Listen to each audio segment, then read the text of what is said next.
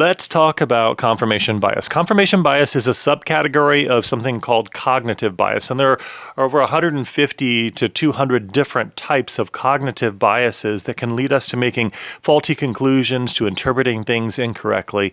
But confirmation bias in particular is a type of bias where when you run into something new, you interpret it in a way that supports your existing beliefs and theories.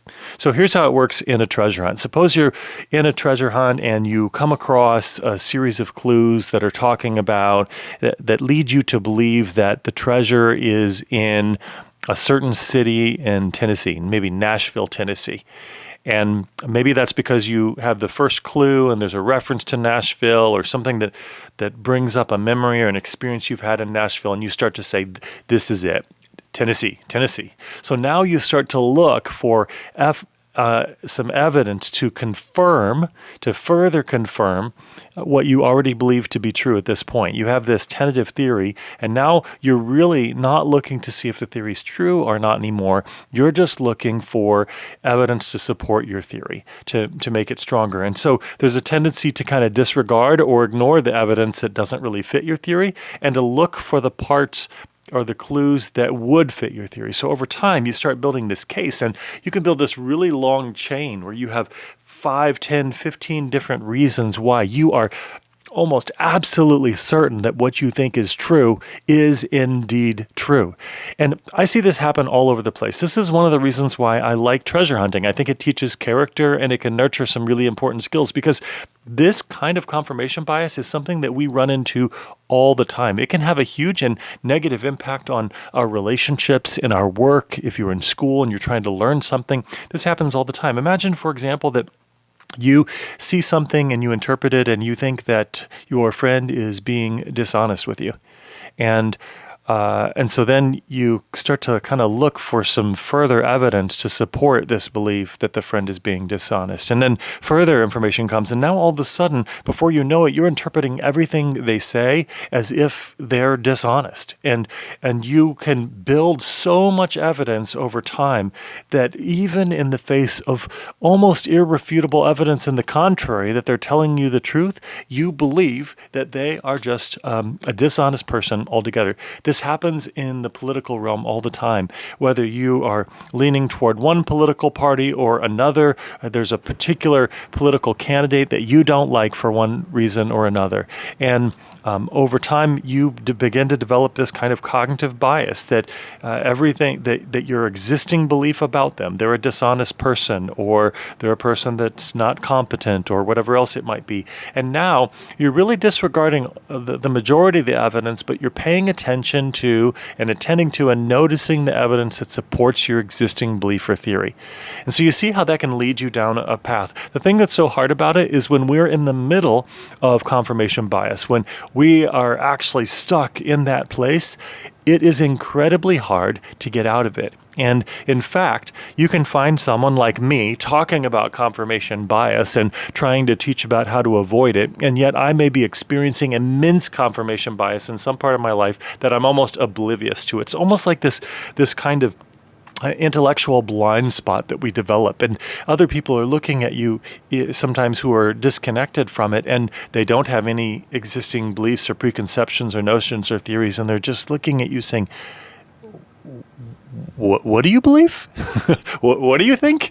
I mean, it is that wild sometimes. What's so fascinating, though, is you can actually build a group of people that confirm the biases of one another, and so it becomes a groupthink that's even more powerful. So let's talk about, what do you do about this? So I'm going to give you some tips on what we can do about this within the treasure hunt world, but if we can cultivate the skill and the ability to overcome confirmation bias in a treasure hunt, then maybe, just maybe, we can use the same skills to overcome confirmation bias in other parts of our lives. So I've jotted down 5 ideas for you to consider and just to try out.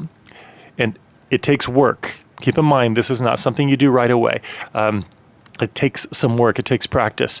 And that's something that people forget. They think that when you're playing a game or you're doing something like this, it should be easy. Well, thinking skills take practice. And I use the example of the pianos don't work theory, where someone sits down and they have this dream that they want to be able to play this beautiful piece of music. And so they sit down for the first time ever, sit at the piano, and they start to play it. And they can't, and it doesn't sound very good. And so they stand up and they say, pianos don't work. No, pianos do work. You just haven't learned how to work the piano, how to use the piano. Same thing is true for using our minds and trying to overcome different biases. So let's talk about it now. Here are the 5 ways, or here are 5 of many ways that you can go about trying to help yourself peek through and see glimpses of the truth, even through your own confirmation bias. First one, look for disconfirming evidence. In other words, try to prove yourself wrong. And you have to actually do this in a rigorous way. You have to do this in a strong way. So say you have a theory that the treasure is located in a particular place. Now, go look at all of the clues honestly and try to find the strongest possible evidence to prove yourself wrong. Imagine you're in a court of law and you have been placed on the other side, on the other legal team, and now your job is to prove that your theory is absolutely wrong. And look for real, solid, confirming evidence. By doing this, it's going to cause you to pay attention to the things that you were disregarding or downplaying previously. And if after doing this for quite a while, you find that your argument is still quite compelling, then that's a good sign that maybe it wasn't just confirmation bias. Maybe there's actually something still there. But you'll be surprised at how powerful this can be, how effective it can be. Second thing, use multiple theories at the same time. In other words, do not just develop one theory of where it is. Have 2 or 3 locations that are possible locations, for example, if you're trying to track down a particular treasure. And develop really strong theories and create kind of a grid where maybe you have these 3 columns, and you're going to put all of the evidence to support each of them and try to support each of them and see which one holds up more over time.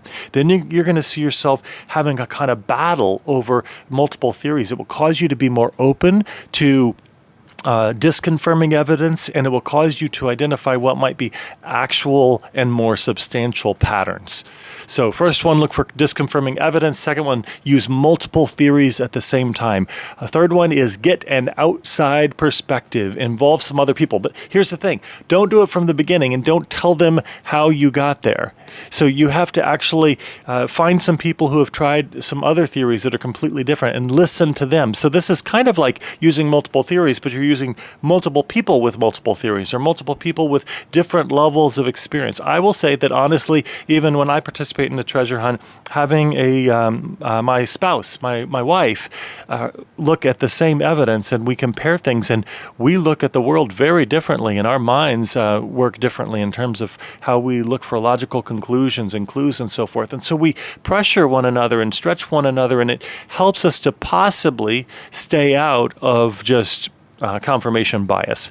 The fourth one is taking breaks. Taking time or strategic breaks. Here's the thing that's fascinating is that confirmation bias you hold on to during a certain time and you've kind of convinced yourself this is it, this is it, this is it. But if you take a break for 4 or 5 hours or an afternoon or a day or a week, and then you go back to it and you let yourself look at it freshly, your mind is not going to be as committed or attached to that first theory necessarily right away, especially if you say, okay, let's look at it fresh now, I'm going to revisit and see. And now you'll notice that it's fascinating though, because I've done this a lot, and I developed this theory. I am so convinced this is a good theory. This is holding up really well and leading us to something that's true, that's the right path. And then I take a 24-hour break and I come back and I look at it and I think, why did I think this was so strong? And I start to notice that it's maybe weaker than I suspected. So taking strategic breaks. And then the fifth one is to document your reasoning. So not just, here's what I think it is, but write down why you think it is. So document it as kind of a step by step piece. And then you can stop, take a look and review your reasoning and look for where are the strong points of the reasoning, where are the weak points of the reasoning. If you do that, and then you use these others. So if you have it documented, then you can look for disconfirming evidence more easily. You can put some competing theories alongside one another. You can show it to other people. You do these 5 things and you have a good chance of trying to avoid the going down too far of a rabbit hole around confirmation bias. And what's so wonderful is, as I said before, this kind of approach, these 5 things, can be useful not just in a treasure hunt, but in our relationships, in our work, in our learning, in many aspects of our life. Hope you find it helpful. Look forward to your comments.